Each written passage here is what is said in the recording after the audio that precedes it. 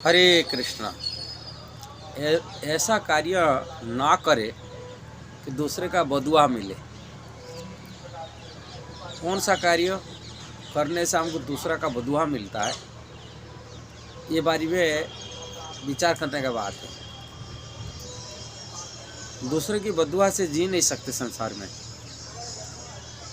सर्वनाश हो जाता है जीव का। और वो कर्म की जो बारीकियां है, हमको विचार करना चाहिए। हमें ऐसा कर्म नहीं करे जिससे दूसरा का बदुआ मिलेगा। बदुआ तभी मिलता जो दूसरी के आंख से आंसू गिरता है, रोता है, संसार जीने के लिए तड़पता है, परेशानी में आ जाता है। हमारे कार्य में वो इतना असंतुष्ट हो जाता है, इतना दुखी हो जाता है, हमारे कार्य में वो उनके मुख से बदुआ निकलता है।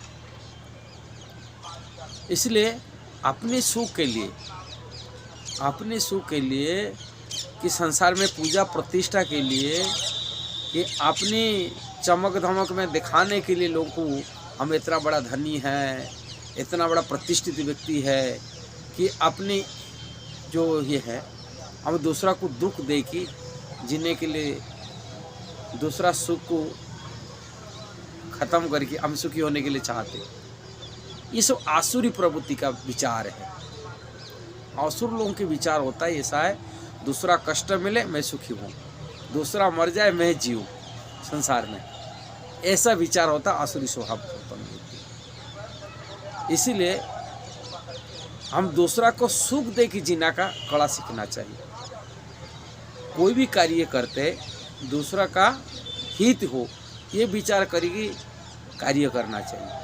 जो दूसरा का कल्याण के लिए हम कार्य करते, दूसरी को सुख देने के लिए कार्य करते, उससे दूसरा का आशीर्वाद मिलता है। और आशीर्वाद से ही जिया जा सकता है सुखी से।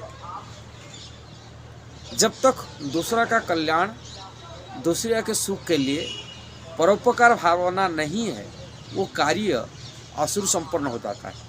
जो व्यक्ति स्वार्थवश हो जाता है, इंद्रिय सुख या अपना सुख वाली मानता है, अपना सुख के लिए मान के सुख प्राप्ति करने के लिए दूसरा को कष्ट पहुंचाने के लिए प्रयास करता है, दूसरा का धन से, दूसरा को अपमान करके, दूसरा को ये करके किसी प्रकार सुखी है। इससे बहुत खतरनाक होता है जो साधु महात्मा लोग, उनके चरण अपराध हो जाता है। नहीं तो कोई सती स्त्री चरण अपराध हो जाता है, और उनको जो बदुआ हो जाता है वो 1000 गुण बढ़ जाता है। साधारण लोग की बदुआ से, यदि कोई साधु महात्मा भजन करने वाला साधु है, कि कोई सती स्त्री है, पतिव्रता है, ऐसा ही गरीब लोगों की जो बदुआ हो जाता है, उनका बदुआ 1000 गुण बढ़ जाता है। इसीलिए दूसरा का कल्याण, दूसरा का हित सोच कर कार्य करना चाहिए। जो कार्य दूसरा का हित कर कार्य करते, उनका दूसरा का जो दुखी है, संसार दुखी हो तो उनको सुख मिल रहा है अपना कार्य में, हम ऐसा कार्य करते वो दूसरा लोग को सुखी हो जाता है, और उनका उसी बड़े व्यक्ति सुखी हो जाता है, कोई साधु महात्मा सुखी हो जाता है। और ऐसा कार्य देख करके और जो सुखी होता है उनका आशीर्वाद मिलता है, और वो आशीर्वाद से जीने के लिए जो जीता है वो वास्तविक सुखी होता है। नहीं तो दूसरा का बदुआ से सर्वनाश हो जाता है, हमारा आयु घट जाता है, हमारा जस घट जाता है, अपना धन संपत्ति लूट जाता है, संसार में हम बर्बाद हो जाते हैं। इसलिए दूसरी की कभी दुख देने का विचार नहीं आना चाहिए। ऐसा ही कहा जाता है, ऐसे उद्वेग रहित बात करना चाहिए। अनुद्वेगम करम वाक्यम, भगवान कहते हैं अपनी वाणी ऐसा बोले दूसरा को कष्ट न पहुंचे। वाणी से हो, शरीर से हो, मन से हो, किसी को कष्ट न पहुंचे। अब वाणी से, शरीर से, मन से दूसरा का हित चाहना चाहिए, हित करना चाहिए। यदि शरीर हिसाब से हित नहीं पहुंचा पाए वाणी से मीठा वाणी बन के सुख दीजिए। ये मीठा वाणी ना बोले, मन से भी उसके मन से अच्छा विचार भी रखिए। तभी भगवान सब जानते हैं, हृदय में बैठे हुए वो जानते हैं वो कैसे दूसरा का कल्याण के लिए सोच रहा है। तो भगवान के मध्य भी आशीर्वाद मिल जाता है। किंतु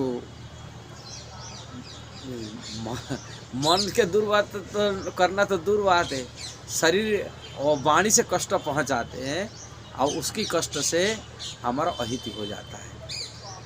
इसलिए इस जीने का कला यही संसार के हैं।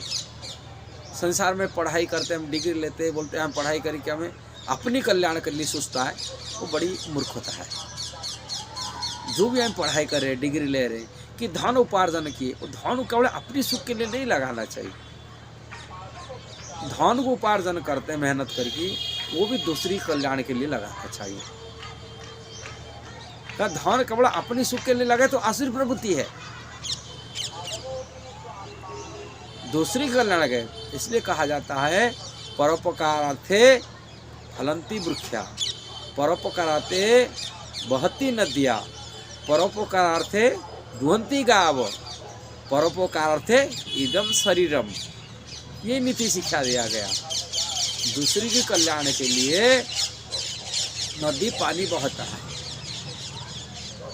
दूसरी के कल्याण के लिए वृक्ष फल देता है, दूसरी कल्याण के लिए गोमाता दूध देती है। ऐसे ही ये शरीर मध्य भी दूसरी की कल्याण में लगना चाहिए। जब तक तो दूसरी की कल्याण नहीं लगता है तो अपनी कल्याण हो नहीं पाएगा। अपनी कल्याण उसी से निहित है। और दूसरी को बदुहा से जीना वाला व्यक्ति वो कभी सुखी नहीं हो सकता और ज़्यादा देर टेकेगा नहीं संसार में। देखा जाता है दूसरी की बदुआ जो पड़ जाता है उनकी अपमृत्यु हो जाता है, अकाल मृत्यु हो जाता है। दूसरी बदुआ पड़ता है तो धन संपत्ति छूट जाता है, सारी जस कीर्ति सब नष्ट हो जाता है दूसरी की बदुआ जो पड़ता है। इसीलिए ऐसा कार्य न करे दूसरा का बदुआ मिले। यदि ये वीडियो सही लगा जरूर को शेयर करना, सब्सक्राइब करना, लाइक कमेंट देना। हरे कृष्णा।